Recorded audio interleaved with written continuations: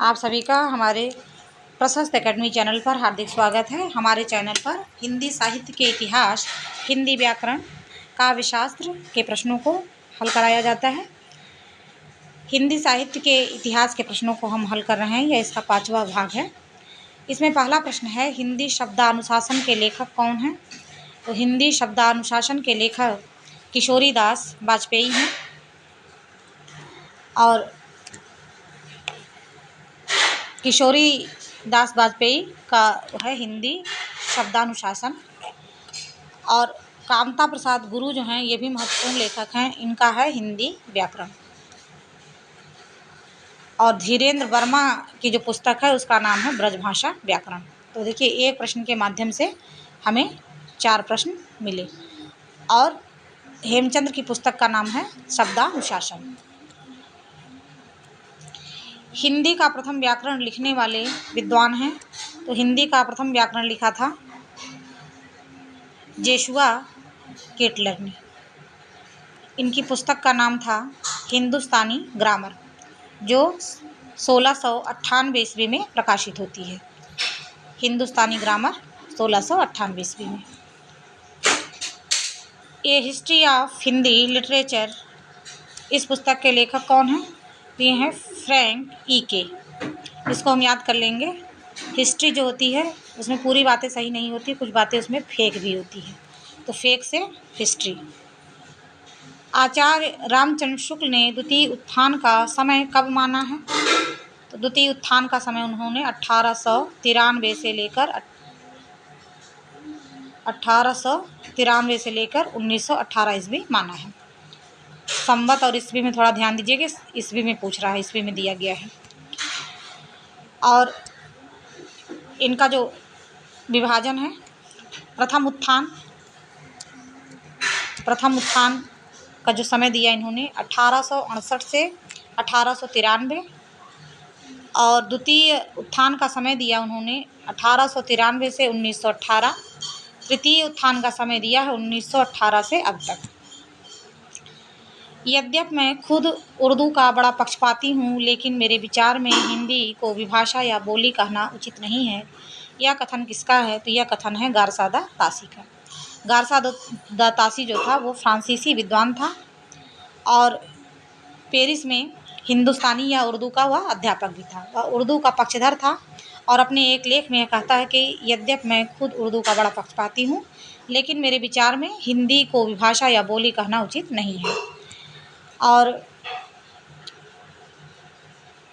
इसने जो है 1909 ईस्वी में यह कथन कहा था।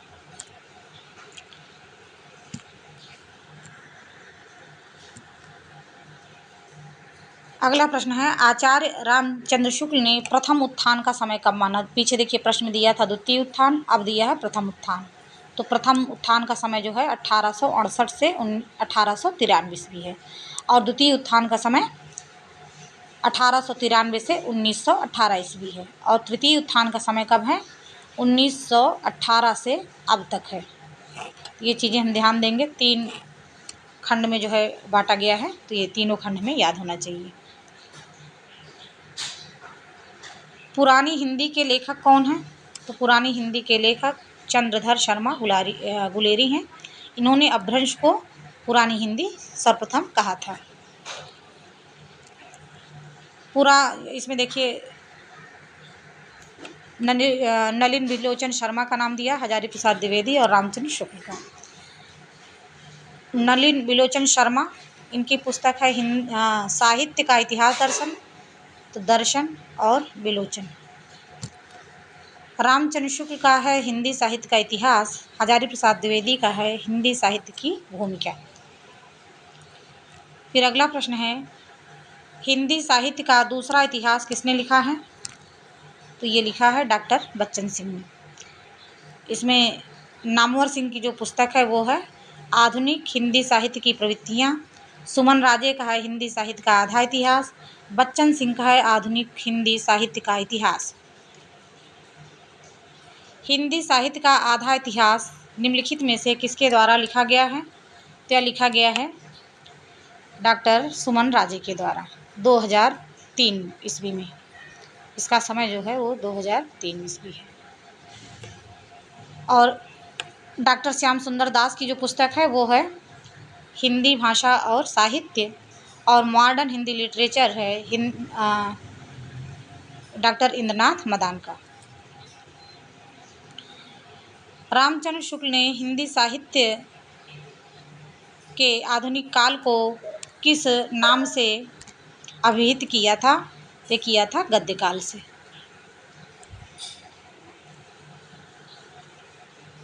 गद्य काल नाम से किया था। फिर अगला प्रश्न देखिए, मिश्र बंधु विनोद का चौथा भाग कब प्रकाशित होता है? मिश्र बंधु विनोद का चौथा भाग जो होता है 1934 में प्रकाशित होता है। 1913 ईस्वी में इसका प्रथम भाग प्रकाशित होता है। इसके 4 खंड थे, तो 3 खंड जो हैं वो 1913 में और चौथा भाग जो है 1934 में।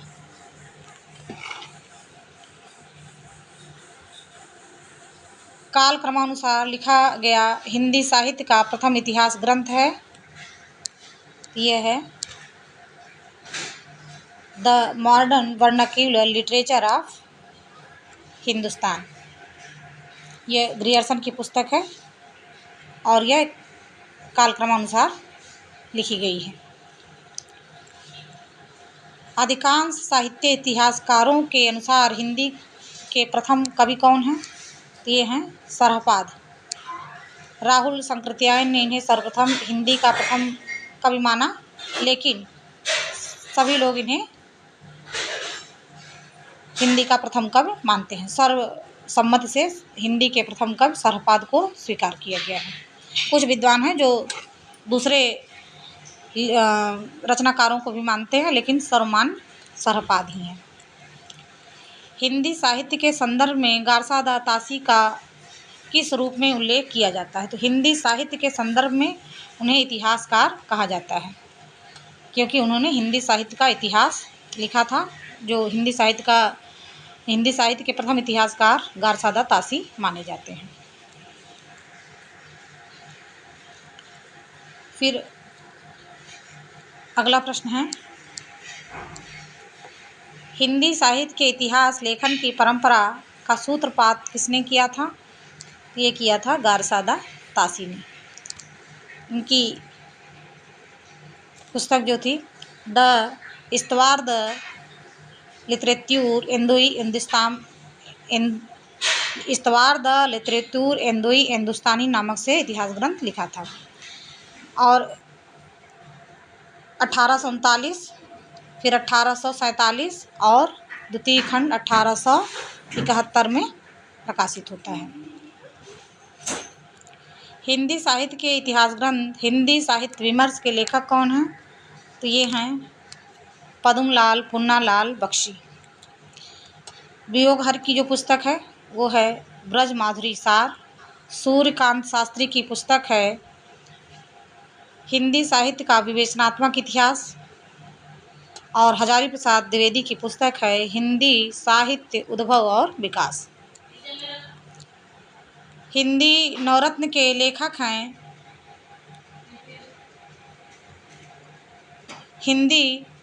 के लेखक हैं मिश्र बंधु और इसका प्रकाशन वर्ष है 1910। इसमें जो लेखक हैं तुलसीदास, सूरदास, महाकवि देव बिहारी, त्रिपाठी बंधुओं में भूषण और मतिराम को लिया है, चिंतामणि को इन्होंने नहीं लिया है। केशवदास, कबीरदास, चंद्रबरदाई और भारतेंदु हरिश्चंद्र।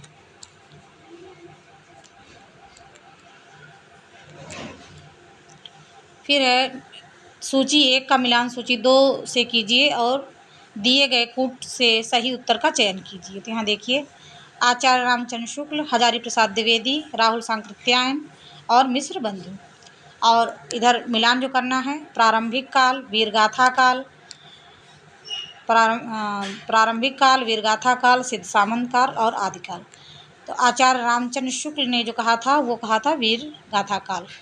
राहुल सांकृत्यायन ने कहा था सिद्ध सामंत काल।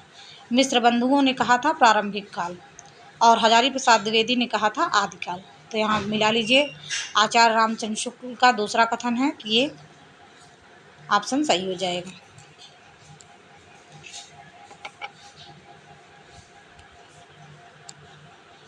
फिर है, आचार्य रामचंद्र शुक्ल ने हिंदी साहित्य के इतिहास के आधुनिक गद्य साहित्य परंपरा का प्रवर्तन के अंतर्गत प्रथम उत्थान की कालावधि निर्धारित की है।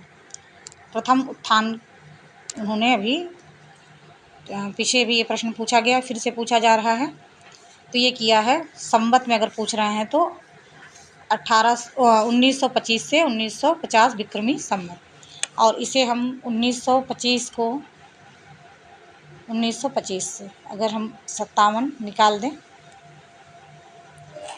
57 माइनस कर दें, तो ये होगा 8, और यहाँ से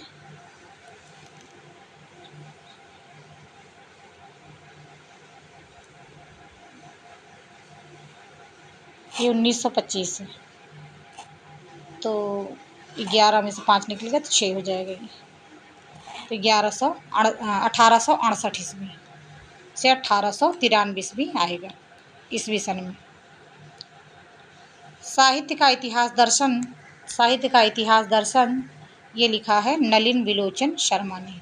हम इनको कैसे याद करते हैं? विलोचन से दर्शन, दर्शन कैसे होगा? विलोचन से। और इसमें दिया है नगेंद्र का नाम, डॉक्टर नगेंद्र। हिंदी साहित्य का इतिहास, तो ये संपादक हैं न कि लेखक हैं। हिंदी साहित्य 20वीं शताब्दी, ये महत्वपूर्ण पुस्तक है नंद दुलारे वाजपेयी की। रीतिकाल का समय, रीतिकाल का समय जो है वो है 1700 से 1900 विक्रमी संवत।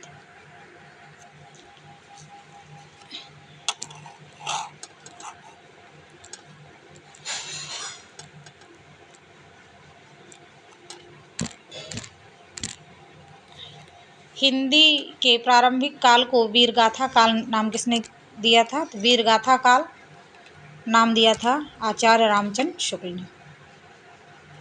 आचार्य रामचंद्र शुक्ल ने। और सबसे सुव्यवस्थित इतिहास ग्रंथ आचार्य रामचंद्र शुक्ल का माना जाता है। इसे इन्होंने विधेयवादी पद्धति में लिखा था। विधेयवादी पद्धति में लिखा था।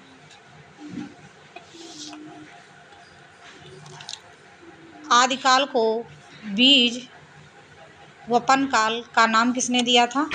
तो यह नाम दिया था महावीर प्रसाद द्विवेदी ने।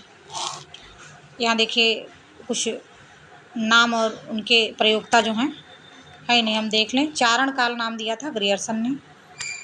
चारण काल नाम दिया था ग्रियर्सन ने। प्रारंभिक काल नाम दिया था मिश्र बंधु ने। वीरगाथा काल नाम दिया था रामचंद्र शुक्ल ने। आदिकाल नाम दिया था हजारी प्रसाद द्विवेदी ने। संधि काल एवं चारण काल नाम दिया था डॉक्टर राम कुमार वर्मा ने। सिद्ध सामंत काल नाम दिया था राहुल शंकरत्यायन ने। अपभ्रंश काल नाम दिया था धीरेन्द्र वर्मा ने। हिंदी में हिंदी साहित्य का इतिहास सबसे पहले किसने लिखा था? हिंदी में पूछ रहे हैं। हिंदी साहित्य का इतिहास ग्रंथ तो सबसे पहले लिखा था गारसादा तासी ने, लेकिन हिंदी में हिंदी साहित्य का प्रथम इतिहास लिखा था शिव सिंह सेंगर ने। शिव सिंह सेंगर। और यह पुस्तक जो है 1883 ईस्वी में प्रकाशित हुई थी शिव सिंह सरोज नाम से।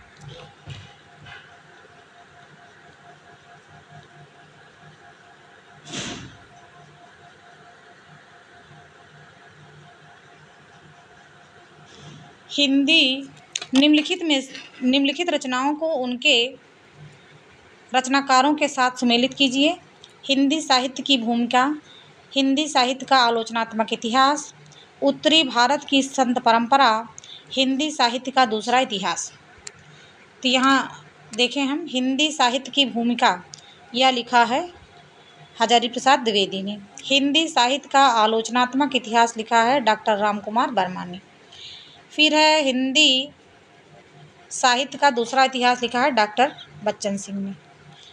और हिंदी साहित्य उत्तरी भारत की संत परंपरा, ये पुस्तक लिखा है परशुराम चतुर्वेदी ने।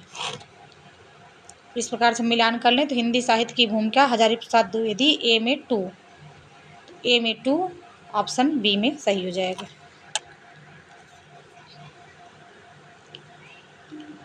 हिंदी साहित्य के इतिहास लेखकों का काल क्रमानुसार सही क्रम क्या है? हजारी प्रसाद द्विवेदी, मिश्रबंधु, रामचंद्र शुक्ल, डॉक्टर रामकुमार वर्मा। फिर अगले ऑप्शन हम देखें, मिश्रबंधु, रामचंद्र शुक्ल, डॉक्टर रामकुमार वर्मा, हजारी प्रसाद द्विवेदी। तो यहाँ पर मिश्रबंधु का जो समय काल आता है वो सबसे पहले आता है।